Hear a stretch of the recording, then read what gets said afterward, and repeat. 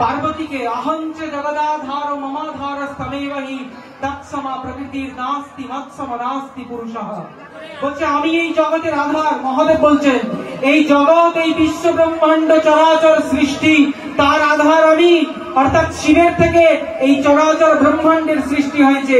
কিন্তু হে দেবী, তুমি হচ্ছ আমার আধার।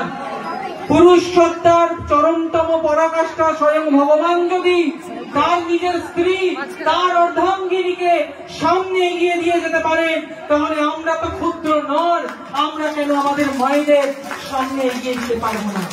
এই জন্য মা এবং নারী হচ্ছেন সদা সর্বদা পূজনীয়।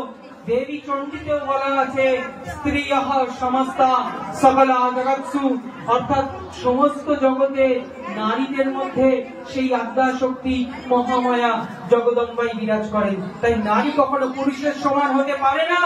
নারী সে যে বংশ প্রদীপকে আগে এগিয়ে নিয়ে যাচ্ছে, তাই পুরুষের আগে সদা সর্বদা নারীর স্থান।